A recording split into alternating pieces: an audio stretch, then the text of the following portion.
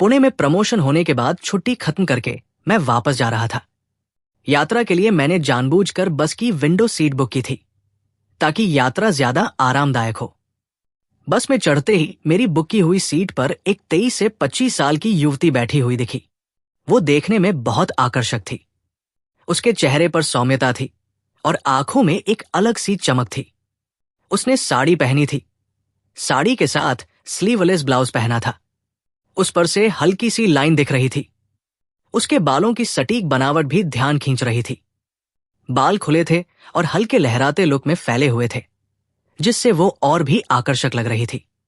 वो एक तरफ खिड़की की ओर देख रही थी, जैसे वो जगह उसकी ही हो।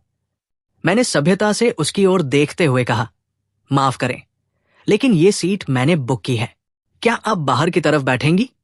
मेरी बात सुनकर वो शांति से बोली, नहीं, ये जगह मैंने ही बुक की है।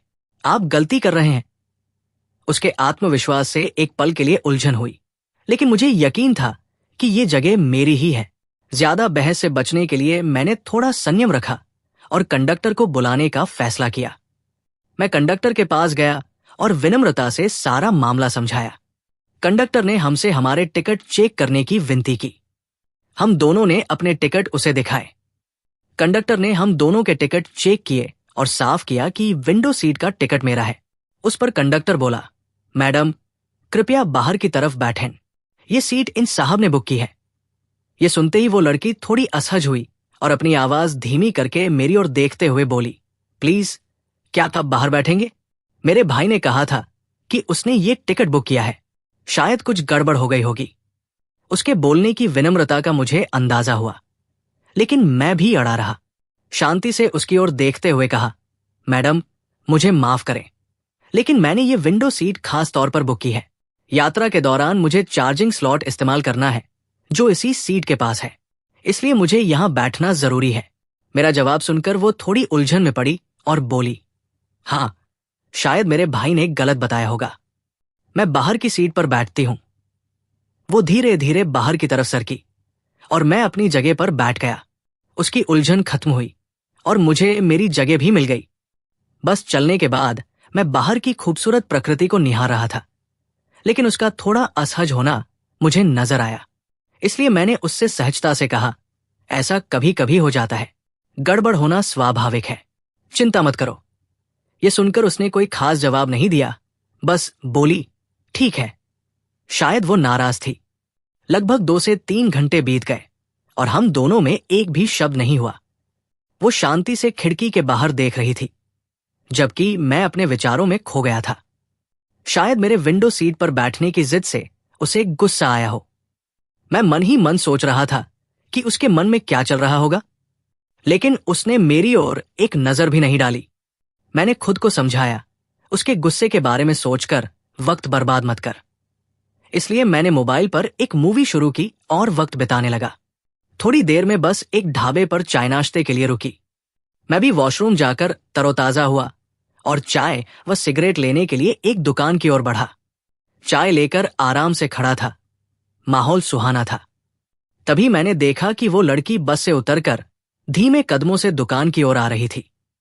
मैंने उसे देखा, लेकिन उसके रास्ते में बाधा न बनूं इसलिए एक तरफ सरक गया। मेरी चाय खत्म होने को आई, लेकिन वो अभी भी वही खड़ी थी, शांत और विचारों में डूबी हुई। मैंने चाय वाले को पैसे देने के लिए फोन निकाला। तभी उसने कहा, साहब, यहां ऑनलाइन पेमेंट नहीं चलता, कैश ही देना पड़ेगा। यह सुनकर मेरी उलझन हुई, क्योंकि मेरे पास नकद पैसे नहीं थे। मैं इधर उधर देखने लगा कि किसी से थोड़ी मदद मिल जाए, लेकिन ऐसा कुछ नजर नहीं आया। उस पल मेरी नजर फिर उस पर गई। वो अभी भी शांति से खड़ी थी। मैंने एक पल सोचा कि उससे मदद मांगू, लेकिन मन में संकोच भी हो रहा था। शायद उसे अभी भी गुस्सा हो। ऐसा सोचकर मैं चुप रहा, लेकिन हालात ने मुझे उससे पूछने के लिए मजबूर करना शुरू किया। थोड़ी देर बाद मैंने सांस छोड़ी और फैसला किया कि आखिर में पूछना ही रास्ता है। मैंने पहले ही उसका मूड खराब कर दिया था, इसलिए पैसे मांगने की हिम्मत नहीं हो रही थी। मन में सोच चल रही थी कि अगर वो अभी भी नाराज होगी तो। तभी उसकी तरफ से आवाज आई, मैं पैसे देती हूं, आप मुझे ऑनलाइन भेज देना। उसकी इस हरकत से मुझे हिम्मत मिली और मैंने तुरंत हाँ कहते हुए धन्यवाद बोला। उसकी विनम्रता देखकर मन को बहुत हल्का लगा। थोड़ी देर बाद बस फिर शुरू हुई और यात्रा को रफ्तार मिली। उसी दौरान उसने हंसते हुए मेरी ओर चिप्स का पैकेट बढ़ाया। उसके इस दोस्ताना व्यवहार से हैरानी हुई। मैंने नम्रता से चिप्स ठुकराते हुए अपनी कोल्ड ड्रिंक उसे दी। उसने उसे ले लिया और मुस्कुराई। हम दोनों में जैसे एक नए संवाद की शुरुआत हो गई थी। मैंने उससे पूछा, क्या आप अपना क्यूआर स्कैनर कोड देंगी ताकि मैं पैसे तुरंत भेज दूं? मैंने सोचा कि वो मुझे अपना नंबर क्यों देगी, उससे बेहतर क्यूआर कोड लेकर पैसे भेज दूं। लेकिन उसके चेहरे पर हल्की मुस्कान उभरी और वो बोली, क्या जल्दी है, थोड़ी देर बात करेंगे। उसके इस बोलने से एक अनौपचारिक माहौल बना और हमारी बातचीत खुली हो गई।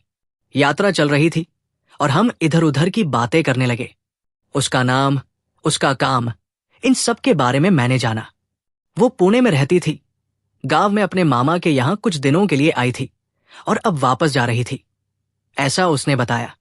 अभी वो ब्यूटी पार्लर का कोर्स कर रही थी, ये भी उसने हंसते हुए कहा। वो बहुत साधी, नरम और दिल से बात करने वाली लगी। बातों से वक्त अच्छा बीतने लगा। थोड़ी देर बाद वो अपने फोन में व्यस्त हो गई, शायद टाइम पास कर रही थी, जबकि मैं खिड़की से बाहर प्रकृति को निहारने में मगन हो गया। हम दोनों के बीच का तनाव अब कहीं नहीं रहा था। उन शांत बातों ने यात्रा का एक अलग स्वाद बनाया था, जैसे अनजान यात्रियों में एक छोटा सा रिश्ता बन गया हो। इसके बाद मुझे धीरे धीरे लगा कि उसके बोलने या हरकतों से मेरी उम्मीदें पूरी होने की संभावना कम है। इसलिए मैंने उससे संक्षेप में कहा, मैं अब सोने जा रहा हूं तो पैसे दे देता हूं। इस पर वो खुद बोली, मेरा नंबर लो और उस पर पैसे ट्रांसफर कर दो। ये सुनते ही मेरे मन में एक अलग उत्सुकता जगी। उसके इस वाक्य ने जैसे मेरे चेहरे पर चमक ला दी। मैंने तुरंत उसका नंबर लिया और सहजता से पूछा, आपका नाम क्या है? उसने हंसते हुए प्रीति बताया। मैंने उसका नंबर सेव किया और तुरंत पैसे ट्रांसफर कर दिए। इसके बाद मैंने आंखें मूंदकर सोने की कोशिश की, लेकिन नींद आना तो दूर, मन में विचारों का चक्र शुरू हो गया। उसके सादे स्वभाव से लेकर उसके नाम की मिठास तक सब मेरे दिमाग में घूम रहा था। बीच बीच में मेरा ध्यान अनायास उसकी ओर जा रहा था, लेकिन वो अपने विचारों में या फोन में मगन थी। मेरी चोटी नजरें उसके अवलोकन में उलझी थी, लेकिन उसे इसका जरा भी अंदाजा नहीं था। शाम हो रही थी, सूरज धीरे धीरे क्षितिज के पीछे छिप रहा था और गहरा अंधेरा चारों तरफ फैल रहा था। बस की खिड़कियों पर लगे पर्दों की वजह से अंदर और भी अंधेरा लग रहा था। उस अंधेरे माहौल में एक अलग शांति के साथ बस का सफर चल रहा था। मन में विचार आ रहे थे, हमारे सफर में ऐसे अनजान लोग कभी कभी क्यों मिलते हैं? उनकी एक हरकत, एक बात से हम इतने प्रभावित क्यों हो जाते हैं? वो सिर्फ एक सहयात्री थी, लेकिन उसके सादे स्वभाव ने मुझे उसके प्रति एक अलग आकर्षण महसूस कराया। उसकी शांति में एक खास सुंदरता थी और उसकी हर हरकत में एक सादगी थी जो मुझे और सोचने पर मजबूर कर रही थी। उस यात्रा के रहस्यमयी अंधेरे में उसके नाम की मिठास और उसके व्यवहार की सच्चाई मेरे मन पर छाप छोड़ रही थी, जैसे एक अनपेक्षित याद मेरे जीवन में गहरे उतर रही हो। शाम हो गई थी और बस की खिड़कियों पर पर्दे होने से अंदर अंधेरा हो गया था। मैंने इस मौके का फायदा उठाने का फैसला किया और सोने का नाटक करते हुए स्पीड ब्रेकर या गड्ढे आने पर अपने हाथ का स्पर्श धीरे से उसके हाथ से कराने लगा। पहली 3 से 4 बार उसने कोई प्रतिक्रिया नहीं दी, लेकिन मैंने कोशिश जारी रखी। मैंने अपना हाथ थोड़ा पास रखा ताकि हमारा संपर्क बना रहे। 5 मिनट बाद मेरे हाथ को उसकी उंगलियों का स्पर्श हुआ। मैंने आंखें बंद रखी तो ये अनजाने में था या जानबूझकर, मुझे नहीं पता था, लेकिन मैंने इसका फायदा उठाया और अपनी उंगलियों से उसकी उंगलियों को छुआ। उसने अपनी उंगलियां थोड़ी सिकोड़ ली। अगले ही पल मैंने उसके पूरे हाथ को छुआ और उसके हाथ पर अपना हाथ रखने लगा। मैंने अभी भी अपनी आंखें नहीं खोली थी, क्योंकि कुछ हुआ तो मैं सोने का बहाना बना सकूं। मैंने उसके हाथ की उंगलियों को नरम और सौम्य तरीके से जोड़ा और उन जुड़ी उंगलियों के धागे से हमारा रिश्ता और गहरा होने लगा। मैंने धीरे से उसका हाथ अपने हाथ में लिया और उसी वक्त उसने भी मेरा हाथ ताकत से पकड़ लिया। उसके शरीर में हल्की कंपी हुई और तभी उसने एक लंबी और मीठी सांस ली। शायद उसके मन में भी वही देरी से मिला और मीठा आनंद जाग रहा था। उसके गालों पर हल्की लालिमा दिखी। वो शांति से मेरी ओर देख रही थी। उसकी आंखों में भावनाओं का गहरा समंदर छिपा था, जिससे मेरे दिल की धड़कन बढ़ गई। उसने एक छोटी सी सिसकारी भरी, जो उसके हल्के लेकिन मीठे स्वर में हवा में फैल गई। उस आवाज में एक अनोखा संदेश था, जो मुझे हरी झंडी दे रहा था। मुझे समझ आया कि वह भी मेरे साथ इस पल में एक मीठा अनुभव लेने को तैयार है। दो दिल एक ही भावना और एक ही जगह पर एकजुट होने लगे। मुझे जैसे एहसास हुआ कि आज हम दोनों एक ही दिशा की ओर बढ़ रहे हैं। उसके चेहरे पर शर्मिंदगी और आनंद का मिश्रण मुझे भरोसा दे रहा था कि ये सब उसके लिए भी उतना ही अनमोल होगा। अपने हाथों की नरम छुअन को बनाए रखते हुए वो और करीब आ रही थी। उस दौरान हम दोनों की सांसों की रफ्तार एक ही गति से बढ़ रही थी। उस एक पल ने हमें एक दूसरे को बहुत गहराई से जानने का मौका दिया। मैं अगले कदम तेजी से उठाने लगा। उसे भी इसमें मजा आने लगा। काफी देर तक हमारा ये खेल चलता रहा। मुझे पुणे पहुंचने से पहले उसे पूरी तरह अपना बनाना था। जैसे जैसे समय बीता, मैंने उससे थोड़ा और करीब आने की कोशिश की। इससे वो शर्मा गई और मुझसे पूछा कि क्या हर आने जाने वाली लड़की के साथ ऐसा करता हूं मैं? मैंने कहा, हर कोई तेरे जितना खूबसूरत थोड़े ही होता है। वो बोली, कुछ भी मत बोल। मैंने पूछा, यूं ही हाथ पकड़ा क्या मैंने तेरा? वो बोली, ऐसे किसी का भी हाथ पकड़ता है क्या तू? मैंने कहा, जो पकड़ने दे उसका पकड़ता हूं। ऐसा कहकर मैंने उसे आंख मारी और उसकी ओर देखने लगा। वो बोली, नहीं, वहां नहीं देखना। मैंने कहा, अरे देखने देना, कुछ कर तो नहीं रहा हूं। वो बोली, अरे आसपास लोग हैं और मैं तुझे जानती भी नहीं, इतना ही ठीक है। मैंने कहा, अंधेरा हो गया है, किसी को दिखेगा भी नहीं, और बगल की सीट पर तो बूढ़ी आजिया है। वो बोली, फिर भी नहीं चाहिए, ज्यादा हो जाएगा। मैंने कहा, तू ही तो ज्यादा होने लायक है। वो बोली, तू बहुत शरारती बातें करता है। मैंने कहा, तुझे देखकर ही ऐसे विचार आ रहे हैं, इसलिए तो बोल रहा हूं। हान में मैंने उससे थोड़ा और करीब आने की कोशिश की। कुछ देर बाद पुणे शहर आ गया और बस की लाइटें जल गई। मैंने तुरंत खुद को संभाला। उसने भी थोड़ा सरकर खुद को ठीक किया। मुझे किसी भी हाल में उसे छोड़ना नहीं था। मैंने उससे कहा कि मैं बानेर में उतरने वाला हूं, वहां मेरा रूम है, तू मेरे साथ चल, हम साथ में अच्छा वक्त बिताएंगे, खाना वाना करेंगे और चाहे तो मैं तुझे तेरे घर छोड़ दूंगा। उसने कहा कि नहीं, मुझे स्वारगेट पर उतरना है और मैं अभी नहीं आ सकती। मैंने उसे 3-4 बार दिल से विनती की, उसे समझाने की कोशिश की कि मैं उसे सुरक्षित घर छोड़ने को तैयार हूं। आखिर में मैंने कहा, अच्छा ठीक है, मैं भी स्वारगेट पर ही उतरता हूं, वहां से हम कैब करेंगे और तुझे घर छोड़ दूंगा। लेकिन उसने इसे भी साफ मना कर दिया। उसके चेहरे पर एक अजीब आत्मविश्वास था। थोड़ी देर चुप रहने के बाद वो बोली, मेरा नंबर तेरे पास है ना, हम जरूर मिलेंगे। तेरा रंगीला स्वभाव और तेरा बोलना मुझे बहुत पसंद आया है, इसलिए मैं तुझसे जरूर फिर मिलूंगी। ये कहकर वो स्वारगेट पर उतरकर चली गई। उस पल उसके शब्दों से मुझे खुशी हुई, लेकिन उसके व्यवहार में एक रहस्य सा लगा। मैं घर की ओर लौटा, उसके ख्यालों में डूबा हुआ था। रात 12 बजे उसके साथ बात करने की तलब लगी और मैंने उसे मैसेज किया। सुबह उठकर देखा तो उसका जवाब आया हुआ था। उसके सादे मैसेज से भी मुझे बहुत खुशी हुई। उस दिन के बाद हमारा कभी कभी मैसेज पर बात करना शुरू हुआ। शुरुआती दिन बहुत अच्छे थे। वो सहज बात करती थी, मैं उसके बोलने में खो जाता था।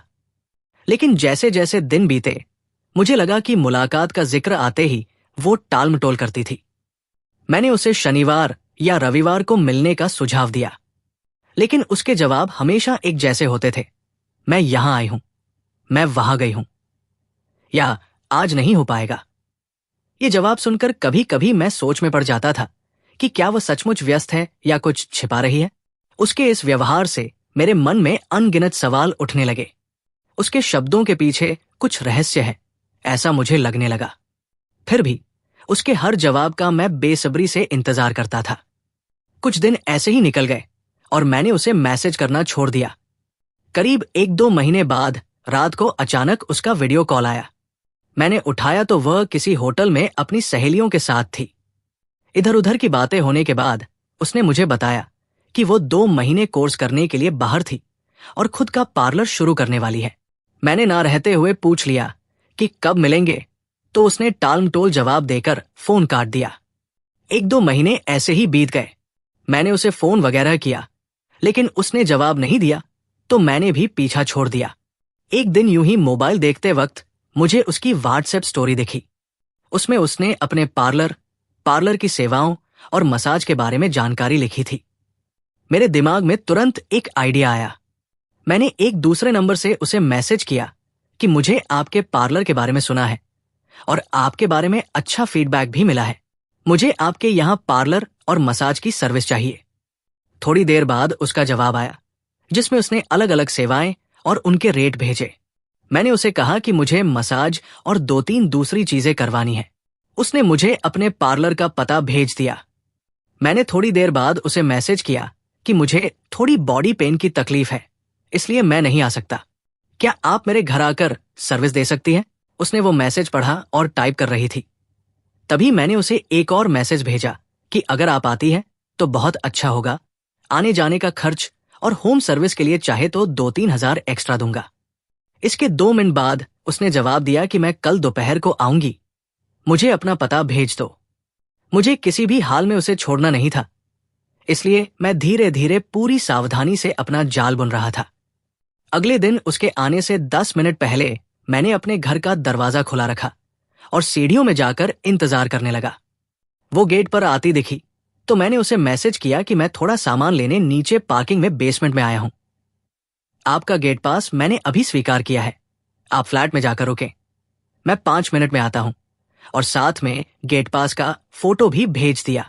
उसने ओके का मैसेज किया और फ्लैट की ओर आने लगी। वो 2 मिनट बाहर रुकी, लेकिन अंदर से टीवी की आवाज सुनकर अंदर चली गई। फिर मैंने 1-2 मिनट और इंतजार किया और घर में गया और धीरे से दरवाजे की सिटकनी लगा दी। उसका ध्यान अभी भी टीवी की ओर था।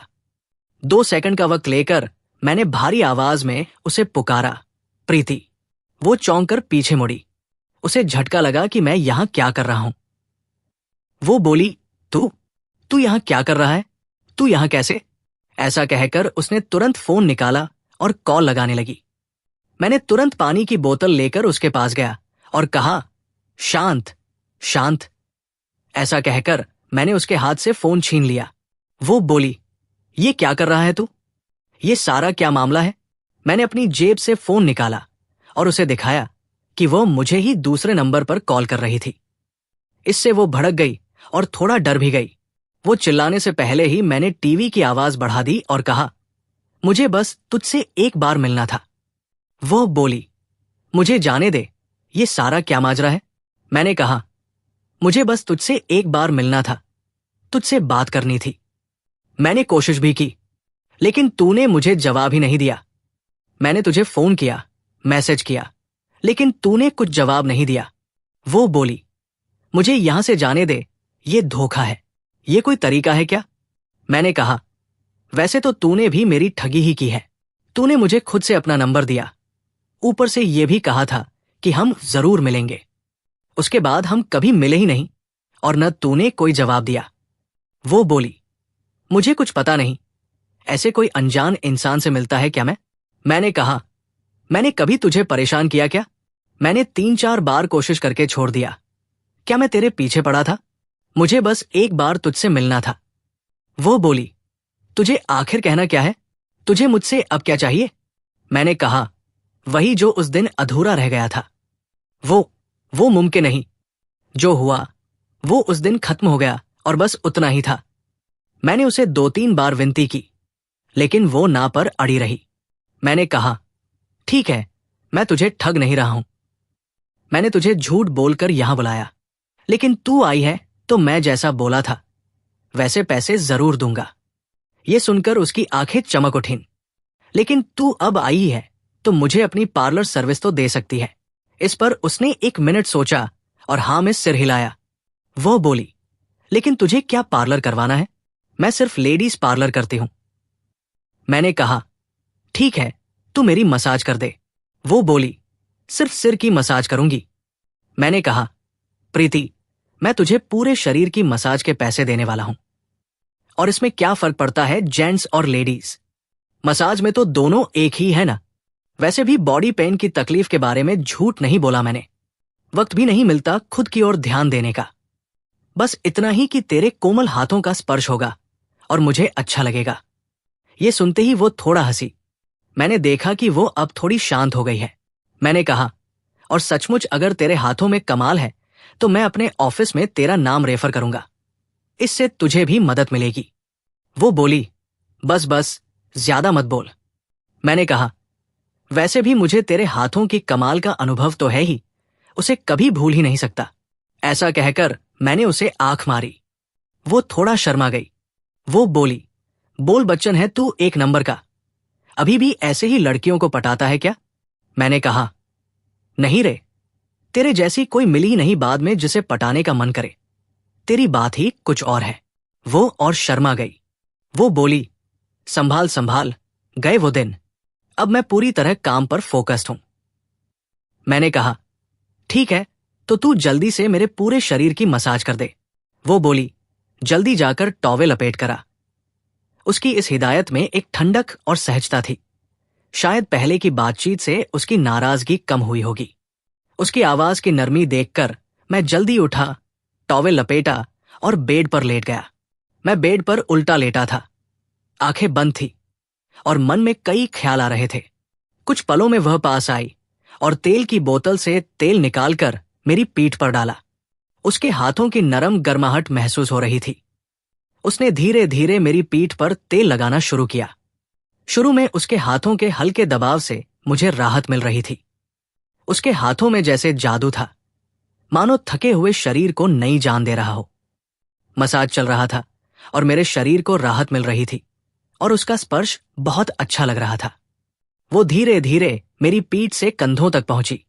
उसका हर स्पर्श जैसे बिजली की लहर की तरह अंगों पर दौड़ रहा था। फिर उसने मेरे पैरों की ओर ध्यान दिया। वो पीठ से धीरे धीरे नीचे उतरी और मेरे पैरों पर तेल लगाकर हल्के हाथों से मसाज करने लगी। उसकी हर हरकत में एक अलग कौशल झलक रहा था। जब वो मेरे पैरों की मसाज कर रही थी, उसने थोड़ा ध्यान से काम किया। वो अचानक रुक गई और बोली, तेरा टॉवेल थोड़ा ढीला कर, वरना मुझे तकलीफ हो रही है। मैंने उसकी बात मानी और टॉवेल थोड़ा ढीला किया। इसके बाद प्रीति ने फिर मसाज शुरू किया। उसके हाथों का हर स्पर्श जैसे मुझे किसी दूसरी दुनिया में ले जा रहा था। वो शांत थी, लेकिन उसके हाथों की हरकतों में एक दृढ़ता और कुशलता दिख रही थी। वो मुझसे बोली, अब शांत सो जा। उस वक्त मेरा टॉवेल थोड़ा ढीला हो गया था और वो अचानक रुक गई। उसकी नजरें कुछ पलों के लिए ठिठक गई। मुझे लग रहा था कि उसके मन में कुछ ख्याल चल रहे थे, लेकिन कुछ देर में उसने खुद को संभाला और फिर से मसाज शुरू किया। वो बहुत ईमानदारी से काम कर रही थी, लेकिन उसकी आंखों की हरकतें मुझे कुछ और बता रही थी। मसाज करते वक्त वो शांत थी, लेकिन कभी कभी उसकी नजर बार बार मुझ पर आ रही थी। मैं उसके मन के विचारों का अंदाजा लगाने की कोशिश कर रहा था, लेकिन वो क्या था ये समझ नहीं आ रहा था। उसने मेरी छाती पर तेल लगाते वक्त बहुत सावधानी से काम किया। उसके हाथों से मुझे बहुत राहत मिल रही थी। धीरे धीरे वो छाती से पेट की ओर आई। उसके हाथों में एक आत्मविश्वास था, लेकिन साथ ही एक संकोच भी महसूस हो रहा था। मसाज करते वक्त उसने एक पल रुककर मेरी ओर देखा और धीमी आवाज में बोली, तुझे इतना क्या हो रहा था कि इसके लिए इतना परेशान हो रहा था? वो हंसी और अपने ही बोलने पर शर्मा गई। मेरे मन में आया कि उसके इस शर्मीले स्वभाव के पीछे एक मासूमियत है। वो फिर अपने काम पर ध्यान देने लगी, लेकिन उस पल ने माहौल को और खुला और हल्का कर दिया। मैंने कहा, मैं तो तुझे उसी दिन अपने साथ चलने को कह रहा था, लेकिन तू नहीं आई और उसके बाद कभी मिली भी नहीं। वो बोली, मुझे यकीन नहीं था कि तू कैसा लड़का है। मेरे साथ कुछ अच्छा बुरा हो गया होता तो? मैंने कहा, लेकिन उस दिन जो हमने किया तब तो तूने ये नहीं सोचा और आज भी तू जा सकती थी। वो बोली, तू है ही नालायक। ऐसा कहकर उसने मुझे गले लगाया। आगे वही हुआ। जिसके लिए मैंने इतना बड़ा प्लान बनाया था। इसके बाद कुछ महीनों तक हम नियमित रूप से एक दूसरे से मिलते रहे। हर मुलाकात में हमारा रिश्ता और गहरा होता गया। शुरू में सहज लगने वाली उन मुलाकातों को अब प्यार का नया मतलब मिल गया था। हम एक दूसरे के साथ वक्त बिताते हुए बहुत खुश रहते थे। हमारा प्यार इतना सच्चा था कि अब हमें उसे आगे बढ़ाने का फैसला लेना अच्छा लग रहा था। एक दिन हम दोनों ने तय किया कि अब हमें शादी कर लेनी चाहिए। यह फैसला लेते वक्त हम बहुत उत्साहित थे, लेकिन थोड़े नर्वस भी थे, क्योंकि दोनों परिवारों की सहमति के लिए आगे बढ़ना था। हमने अपने अपने परिवार वालों से ये बात रखी। शुरू में कुछ शंकाएं और सवाल थे, लेकिन हम दोनों एक दूसरे के लिए सही हैं, ये उन्हें यकीन हो गया। कुछ दिनों में दोनों परिवारों ने मिलकर सब तय कर लिया। हमारी शादी पक्की हो गई और तैयारियां जोर शोर से शुरू हो गई। शादी का दिन आने पर माहौल खुशी से भर गया था। घर में शुभ संकेतों के लिए बनाई गई रंगोलियां, फूलों की मालाएं और शुभकामनाओं के संदेशों से हर कोई उत्साह में था। हमारी शादी में परिवार वालों के साथ दोस्त और करीबी लोग मौजूद थे। शादी के वक्त हमने एक दूसरे की आंखों में देखा और उस पल सब कुछ परफेक्ट लग रहा था। उन वचनों ने हमें नए जीवन की दिशा दी। हम दोनों ने एक दूसरे को जीवन भर साथ देने की कसम खाई। शादी के बाद के दिन बहुत खूबसूरत बीते। हमने एक दूसरे के साथ मिलकर नया जीवन बनाया, जिसमें प्यार, भरोसा और खुशी का रिश्ता था। अब हमारा जीवन एक नई शुरुआत से सज गया था। हमारा रिश्ता खिलता रहा और उसी से हमने एक सुखी संसार बनाया। जीवन के छोटे बड़े पलों को मनाते हुए हम एक दूसरे में उलझ गए। प्यार के सफर ने हमें दिखाया कि असली सुख सिर्फ एक दूसरे को समझने और साथ देने में है। ऐसी ही दिल को छूने वाली हिंदी कहानियां सुनने के लिए हमारे चैनल को सब्सक्राइब करें, वीडियो को लाइक और शेयर करें। कमेंट करके जरूर बताएं कि ये कहानी आपको कैसी लगी। और भी ऐसी ढेर सारी हिंदी कहानियां आपको सुनने को मिलेंगी। बस आपका साथ चाहिए। धन्यवाद।